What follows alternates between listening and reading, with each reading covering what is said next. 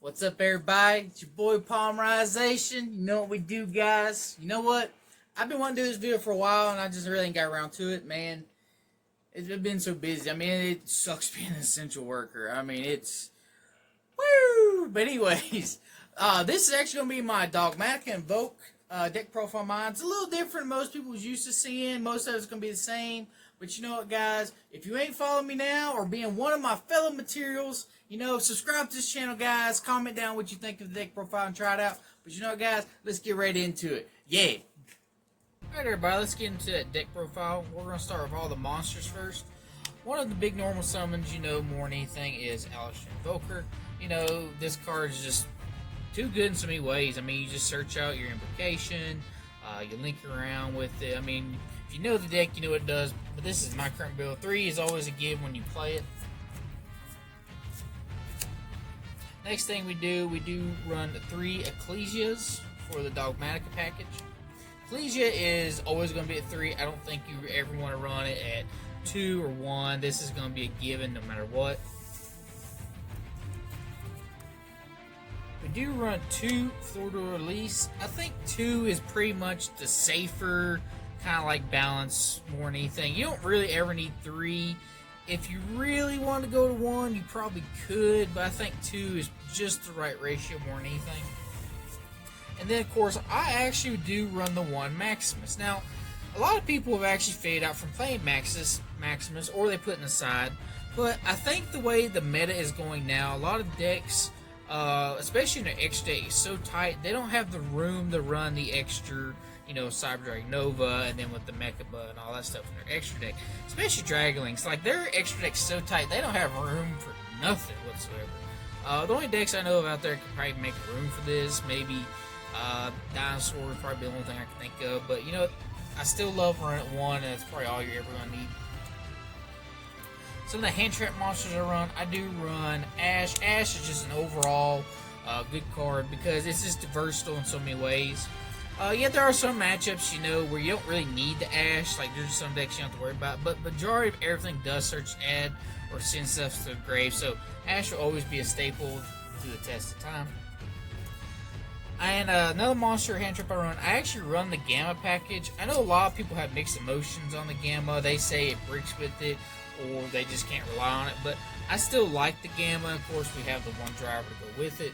I still love Gamma. I think it's an amazing card. It can shut things off so many ways, especially a well-timed Gamma can literally make your opponent pass turn. So I still love this card, and it's so fun to resolve it on your turn. Since you do so much searching in this deck, you can just Gamma your opponent when they try to ash you, and it's so much joy in it, you just never know. Going into the spells, we run 3 Nadir Servants. I mean, it's like I said, with the Gamma, you search so much in this deck. This right here helps you search out your Dogmatika engine, plus sending off to get pluses. It's just an amazing card. 3 Magical Meltdowns. I still think this card is amazing. Granted, a lot of people feel like this card should get hit on the FNL list. Maybe one day, but I don't see it really doing nothing right now. I mean, we still got till December to the next ban list. And granted, Dogmatika is not really up in the high tier. Granted, it did win the last luxury tournament, so everybody's keeping an eye on this. And of course, with 2 Meltdowns, we run 2 Invocations. I think 2 is good enough. Unless you're going to run the Pot of Desires, you might want to up this up to 3. But I don't run the Pot of Desires, so I'm just going to run the 2. Another card I think people are sleeping on more than anything, I'm actually running 3 Super Polymerizations.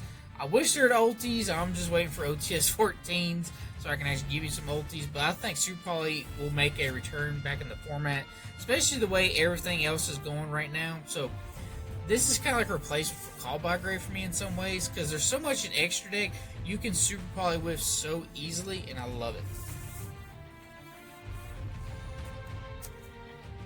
Another card I run because it's ridiculously priced. We run 2 Triple Tactics. The other one, it's in the mail. I haven't got it yet, but I do have it on the way. So 2 Triple Tactical Talents is really good. I probably would play a 3rd if I had the money or the time or a way to get to a 3rd. I probably would, but right now I'm running 2. Since I don't have the 3rd, I am running the 1 Upstart.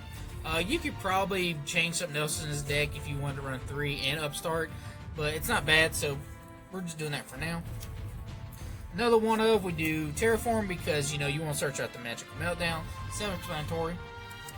I do still run the one Called by the Grave. I still think, even though it's at 1, it's a great card. You still want to have it. You still want to know it's there. I mean, you still want to hit that hand trap or even something in the graveyard because Eldritch is still a thing. So we still do that. Going to the traps, we do run Infinite Impermanence, another hand trap. This card's still really good. I think this card is actually still a key card. Just to stop something like key on your opponent's turn, especially if you're going second and you lose the dice roll, this card still makes an impact. Another card a lot of people, I don't know, they run like maybe 2 or 3, but I'm actually running 3 of the Ice Dragon in Prison. I think this card is retarded. I remember when this card was first released, I got every single one I could ever come across. I'm glad I did. This card right now is sitting like really expensive, even for an Ultra. Love this card. It just disrupts so many ways. It's really good to get away from Dragoon, Dinosaur's Conductor. This card's amazing. One trap card I'm also playing too is I'm actually playing one Trap Trick. I'm playing the one Trap Trick because you can actually, ultimately, you're playing 4 Ice Dragons and you're actually playing 4 Imperms by using the Trap Trick. So that gives me an extra extension to, like, depending on the situation, I could go to either one of these, whichever one I need to do. And the Trap Trick just helps me extend in so many different ways. It gives me more options of what I need to do. And the last trap I run is because the Schism. Schism's just too good. I mean, you get a free win, especially if you put Window on the board and your opponent has no way to out it. It's like a free win more than anything. Going into the extra deck, standard, you got the Alden Mirage and you got the Secure Gardener. That's kind of like the normal thing of Alistair, just so you can get your lights. You go to Mechaba. Speaking of Mechaba, rerun 2 Mechabas. I think 2 is good enough. I don't really see the point of running a third. 2 seems just perfectly fine in my opinion. Rerun the 1 Purgatiro. I think that's all you need, especially when you're running Ash Blossom. You can just make a fire. Usually, I've won a couple games just by playing this alone, because you make it big enough and you can run over your opponent's monsters and everything, and it just helps you in so many ways. A lot of people have strayed away from, but I actually like the Invoked Agatira, I guess that's how you say it. But the best part about I like this is you can use this as a super poly target, which is amazing, which I have done. I'll actually normal summon an Alistair, no effect, and then just super poly and actually make this using their Dragoon and an Alistair on my side of the field, which is retarded because your opponent cannot respond to a super poly. So this card right here is still good, even if you do like the regular invocation plays. It's an amazing card. Going into the Dogmatika side, I actually run 1 Titan. I think this card is really good in so many ways. It just helps you extend when you send it to grave, just get you pluses. Most of the time you send it, you add your Fluid Release. Really great card. Of course, we run 2 Intis. I think 2 is good enough. I don't see no point in running more than 2. You could probably change one of these to something else, to like the Fossil Fusion or the Agnister Pegasus one. But either way, I think these are still really good. Oh, another cool thing is too, it's rare, it does come up. All you need is have an XC monster and then even a like synchro monster. It has happened. I've done it against I forgot, Adamanspators, because they'll hit like the little XZ level 4 Search for Rock, and then it'll send on Borload Savage. Super Probably, there you go. You just made a monster with that, so that's pretty cool. Shaddoll package, we actually run 1 Winda, 1 Construct, and 1 Alcaron. I think these are all you really need. You can even use these as super probably, which is pretty funny. If you put Winda on board by the Schism or something else, you can actually just super poly with another monster with a light. Especially if you use your Mechaba and Winda on board, super poly. Take one after you use your Mechaba's negate already, and then super poly go on Construct with your Mechaba Fist and goes Construct.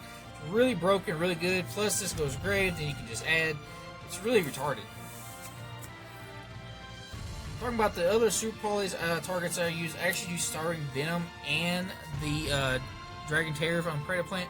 These are both really good. This one's better if my opponent does like Dragoon plays. I can just put this on a board and a Dark Monster. So any fusion monster. This is good for just Darks in general. But it's pretty funny because most of the time your opponent has always like the Predaplant and the Dragoon. This has more options, but I like this one because the fusions still really great. And the last card in extra deck, I actually run Omega. Just because the off chance if I do revolve the Gamma and it goes on my side of the on my turn, I will actually literally make Omega. Just make my opponent go -1. Put that in the grave and everything. Plus put it back on the board. It's really great. It's come up a few times. I would say it's actually pretty good in a lot of instances. Another thing is like where you run the one Maximus. If this is in the graveyard, you can send the Maximus back to your deck, search it out, and just keep going extending. So that's probably the best thing about it. Extra deck's all about personal preference. Mine, it's kind of like everybody else's. It just depends what you want to do with your locals or your regionals are. Because you don't have no tournaments. I am doing Lancia. Lancia's really good just because it stops dinosaurs more than anything. They just can't banish that turn. It's really good against Dragon Link as well. They just can't banish like if they want to use their Chaos Levineer, you know, the white and black dragon or the Chaos package of any sort. They just can't extend with it, so that's really good. Another one I use on my side also is DD Crow. DD Crow just comes and goes in another form, but I still feel like everything now is grave relevant. I mean, you put a well-timed DD Crow on somebody, that's a key piece they need from the grave. Like, if you hit their Plague Spreader, a lot of people switch to from the Synchro variants, hit the Plague Spreader, really soon in the game, it kind of kills their combo a little bit. You can do it still in, like, rogue decks, like Salamangreats, anything in a rogue that really needs their graveyard. Eldritch is still really good, you can pop an Eldritch. This card's still great, and I still love it. I also do one Harpy's Feather Duster and Red Reboot. I like these just because back removal. I still don't care much for Altergeist, and you know there's always going to be like Guru Patrol, and of course like Toad's back with Paleo, so that's always a big thing there as well. I run 2 Cosmic Cyclones in my side. Kind of like the same thing with the back row. You don't want to deal with Eldritch. You know, you get rid of something you don't want to deal with. Another thing great about it is like you could also get something that's like a continuous effect that you just want to get rid of, so that's really good. I am not running Evenly Match. I'm actually doing Twin Twisters. I think Evenly Match is kind of not that great right now, so I'm gonna switch to Twin Twisters for a while, see how that does for me. I believe in Twin Twisters. I think it's giving me a little more versatility, especially if I need to put something in graveyard off of my invocation plays, so that works really well. And the last one, I'm actually running 3 Droplets. I'm particularly not sure what I want to do with Droplets. Part of me wants to main it, part of me wants to just keep it in the side. Currently, I'm just going to keep it in the side for the minute. I don't know, it's just one of those cards, like, it's good, but at the same time, if you use a lot of resources if you need to bench away. It's great if you're going first and you can set it. But other than that, guys, that is the deck profile. And you know what, guys? I hope you enjoy it and everything. And you know, if you're not one of my subscribers, be one of my film materials, guys. You know what? I hope you like it, guys. And, you know, comment down below. And I love you guys. Peace.